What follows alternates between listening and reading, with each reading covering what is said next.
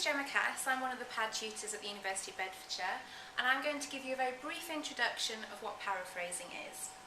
So, by the end of today's session, you'll know about why we use references, the difference between quotes and paraphrasing, and how to paraphrase. So, there are three main reasons why it's important to reference in your assignments.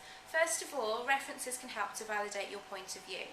So if you're making a claim or an argument about anything in particular, it's always important to use evidence to make that a stronger argument, okay? The next reason is plagiarism. It's very easy to accidentally plagiarise in your work. So if you understand how to reference correctly, you'll avoid plagiarising. The last thing is it's a source for future investigation. So, for example, if anyone reads your work and they're interested to find out more about what this person has said, they can go away and they can locate that information, they can locate that source. So there's two ways for you to reference in text: quoting and paraphrasing. A quotation is when you copy a piece of text word for word from a book or another type of source. You should keep these to an absolute minimum at university by looking to see that you're paraphrasing rather than just copying lengthy texts from somebody else's work. So, as I just mentioned, do not have them too long. That will eat into your word count and ultimately it will affect the mark that you'll get. So paraphrasing is what we're looking to see that you're doing in your assignments. Paraphrasing is when you look at other people's work and you put it into your own words. There's more to paraphrasing than just changing one or two words here and there or cutting out words from a sentence. It will show your understanding to the reader. So instead of just identifying that something's important and copying it word for word, you've been able to read it, understand it, and apply it to your work. So I'm going to show you an example of how to go from using a quote to paraphrasing it. So if we look at this quote here, in academic writing, it's essential to state the sources of ideas and information. Such references allow readers to refer back to the sources themselves. This next slide shows you my first attempt of paraphrasing. The original is at the bottom, my first attempt at the top. Cottrell states that in writing it's important to state the sources of ideas. References allow readers to find the sources themselves. Okay, what do you think about my first attempt of paraphrasing? You haven't quoted it properly. It's not a very good attempt, you're right. I haven't done it properly. I've cut out some words here and there. I've used some synonyms. I've changed essential to important. It's not actually enough to do this and call it paraphrasing. At the top you'll see my next attempt. The original's at the bottom and my first attempt is in blue here.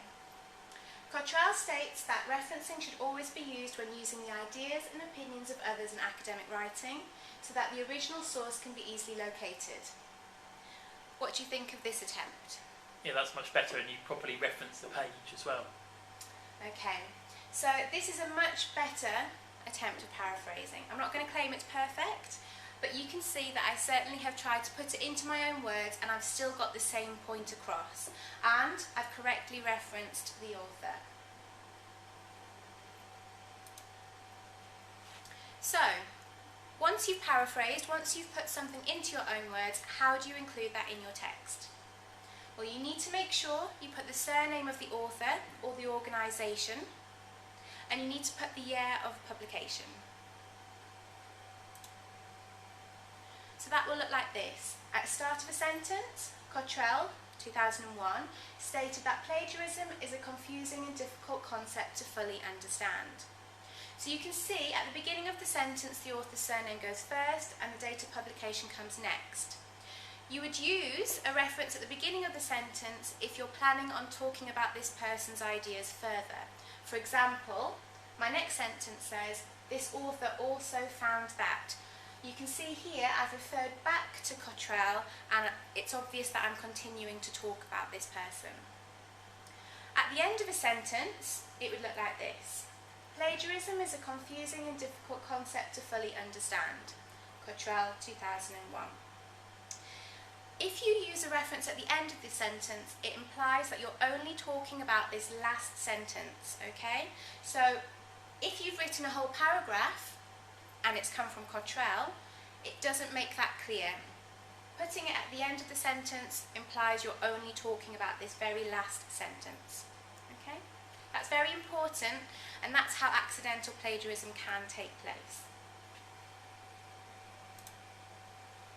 So, to conclude, referencing correctly can really strengthen your assignments and help you to do very well in your course.